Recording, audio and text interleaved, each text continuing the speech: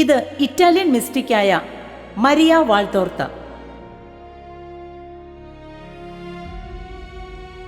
1897 March 14 ഇറ്റലിയിലെ കസേർത്ത എന്ന സ്ഥലത്ത് ജനിച്ചു. മരിയയുടെ പിതാവ് ജോസഫ് ഒരു പട്ടാള ഉദ്യോഗസ്ഥനായിരുന്നു. അമ്മ ഇസിദെ ഫിയോറ വാൻസി ക്രിമോണായിലെ ഒരു ഫ്രഞ്ച് അധ്യാപികയും. ജനനത്തിൽ തന്നെ മരണത്തോട് മല്ലടിക്കേണ്ടി വന്ന മരിയ മാതാപിതാക്കൾക്ക് ഏകപുത്രിയായിരുന്നു. ഒറ്റപ്പെട്ട ഏകാന്തമായ ബാല്യം. കർക്കശക്കാരിയായ അമ്മയുടെ പെരുമാറ്റവും സ്നേഹസമ്പന്നനെങ്കിലും പിതാവ് അരികെയില്ലാത്തതും മരിയയുടെ ജീവിതം ദുസ്സഹമാക്കി. 7 വയസ്സുള്ളപ്പോൾ മരിയയെ വിയ വെന്റി സെപ്റ്റംബറിൽ മഴ്സലൈൻ സിസ്റ്റേഴ്സ് നടത്തിയിരുന്ന പ്രൈമറി സ്കൂളിൽ ചേർത്തു. അവിടെ ആരംഭം മുതൽ മരിയ ക്ലാസ്സിൽ 1-ാം സ്ഥാനം കരസ്ഥമാക്കിയിരുന്നു. അവിടെ വിദ്യാർത്ഥിനിയായിരിക്കുമ്പോഴാണ് അവൾ പുണ്യചരിതനായ കർദിനാൾ ആൻഡ്രിയ ഫെറാറിയിൽ നിന്ന് സ്ഥൈര്യലേപനം സ്വീകരിച്ചത്. പിതാവിന് ലഭിച്ച സ്ഥലം മാറ്റം നിമിത്തം കുടുംബം വൊഗേറ എന്ന സ്ഥലത്തേക്ക് മാറി താമസിക്കുകയും മരിയ ഗവൺമെന്റ് സ്കൂളിൽ പഠിക്കുവാൻ ആരംഭിക്കുകയും ചെയ്തു. ആ സ്കൂളിൽ സന്യാസ സഭാംഗങ്ങളുമായുള്ള അടുപ്പം അവളെ അനന്തമായ ദൈവസ്നേഹത്തിൽ ആഴപ്പെടുന്നതിനിടയാക്കി.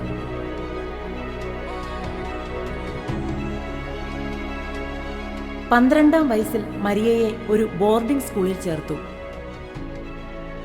4 വർഷത്തെ കോളേജ് പഠനം സന്തോഷകരമായിരുന്നു. പഠനശേഷം അമ്മയുടെ കൽപ്പന പ്രകാരം വീട്ടിലേക്ക് പോരേണ്ടി വന്നു. അവൾ ദുഃഖിതയായി. എങ്കിലും കോളേജിൽ അവസാനമായി നടത്തപ്പെട്ട ബിഷപ്പ് കസ്റ്റാനിയുടെ ധ്യാനത്തിൽ ഭാവിയിലെ ജീവിതാനുഭവങ്ങളെ ഫലപ്രദമാക്കി തീർക്കുവാൻ വേണ്ട കൃപാവരത്തിനായി അവൾ പ്രാർത്ഥിച്ചു. വിദ്യാഭ്യാസകാലത്ത് കിട്ടിയ ആധ്യാത്മിക ശിക്ഷണത്തിൽ തന്നെ അവൾ വളർന്നു. അനാരോഗ്യ നിമിത്തം അവളുടെ പിതാവ് സർവീസിൽ നിന്നും വിരമിച്ചതുമൂലം 1913 വാൾത്തോർത്ത കുടുംബം ഫ്ലോറൻസിലേക്ക് മാറി താമസിച്ചു. 1916 വസന്തകാലത്ത് മരിയയ്ക്ക് ഒരു സ്വപ്നമുണ്ടായി. കർത്താവ് അവളെ വീണ്ടും തന്നിലേക്ക് അടുപ്പിക്കുന്നതിന് നൽകിയ ദർശനം. സ്വപ്നത്തിൽ ഈശോയെ അവൾ കണ്ടു. ഈശോ ആദ്യം അവളോട് പിണങ്ങുകയും പിന്നീട് പ്രോത്സാഹന വാക്കുകൾ പറയുകയും ചെയ്തു. അനന്തരം പാപമോചനം നൽകി ആശീർവദിക്കുന്നതായും അവൾ കണ്ടു.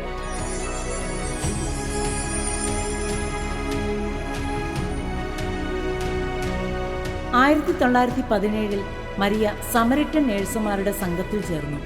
18 മാസത്തേക്ക് മിലിറ്ററി ഹോസ്പിറ്റലിൽ ജോലി ചെയ്തു. അവിടെ മുറിവേറ്റ ഭടന്മാരെ പരിചരിക്കുന്ന ജോലിയാണ് അവൾ തിരഞ്ഞെടുത്തത്. കുറെ കാലം കഴിഞ്ഞപ്പോൾ ദൈവത്തോട് കൂടുതൽ അടുക്കുന്നതിനുള്ള ആന്തരിക പ്രചോദനം അവൾക്ക് ലഭിച്ചു. 1920 മാർച്ച് 27 മരിയയും അമ്മയും കൂടി വഴിയെ നടന്നു പോകുമ്പോൾ ഒരു ചെറുപ്പക്കാരൻ പിറകിൽ വന്ന് ഒരു ഇരുമ്പ് കമ്പി കൊണ്ട് അവളെ ആഞ്ഞടിച്ചു.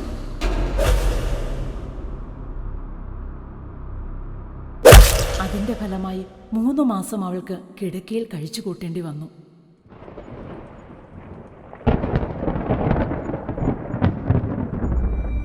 കലാബ്രിയയിലുള്ള ഒരു ബന്ധുവീട്ടിൽ താമസിക്കാൻ പോയി. അവിടെ കസിൻ സഹോദരി ക്ലൊട്ടിൽഡിന്റെ പുസ്തകങ്ങൾ വളരെ ശ്രദ്ധയോടെ വായിച്ചു.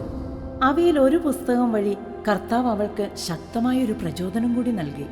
അന്റോണിയോ ഫ്രൊഗസാറോ എഴുതിയ വിശുദ്ധൻ എന്ന പുസ്തകം അവളിൽ മായാത്ത ഒരടയാളം പതിച്ചു. വിശുദ്ധ കൊച്ചു ത്രേസ്യയുടെ സ്വയംകൃത ചരിതം ഒറ്റയിരുപ്പിന് വായിച്ചു.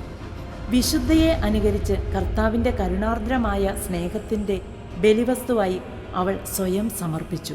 കർത്താവിന് സേവനം ചെയ്യാൻ വളരെ തീക്ഷ്ണതയോടെ ആഗ്രഹിച്ച് അവൾ വിശുദ്ധ പൗലോസിൻ്റെ സംഘം എന്ന സംഘടനയിൽ ചേർന്നു. 1934 ഏപ്രിൽ 1 മുതൽ അവൾ ശയ്യാവലംബിയായി. ശാരീരിക വേദനകൾ ഒന്നിനൊന്ന് കൂടിക്കൂടി വന്നു. അക്കാലത്താണ് പിതാവ് മരിച്ചത്.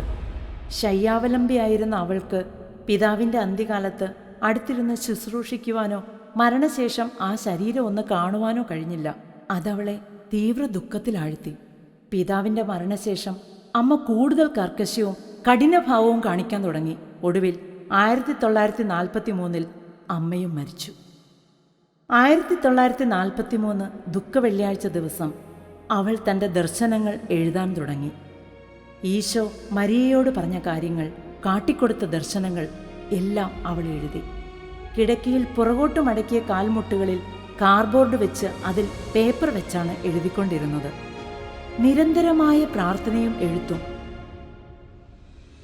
1947 വരെ മരിയ വാൾത്തോർത്ത് എഴുതിയ 15,000-ലധികം പേജുകൾ വരുന്ന ഈ ദർശനങ്ങളാണ് the poem of the man god. ക്രമേണ രോഗം മൂർച്ഛിച്ചു. എഴുത്തു കുറഞ്ഞു വന്നു. 1961 മരിയയെ പീസായിലുള്ള ആശുപത്രിയിൽ പ്രവേശിപ്പിച്ചു. രോഗത്തിന് ശമനം ഒന്നും കാണായികയാൽ തിരികെ വീട്ടിലേക്ക് കൊണ്ടുപോന്നു. ഒടുവിൽ 65-ാം വയസ്സിൽ, രോഗത്തിൻ്റെ 28-ാം വർഷം, ആത്മാവ് പാവനമായ മരിയയുടെ ശരീരം വിട്ട് നിത്യതയുടെ സ്വർഗീയ ലോകത്തേക്ക് പ്രവേശിച്ചു.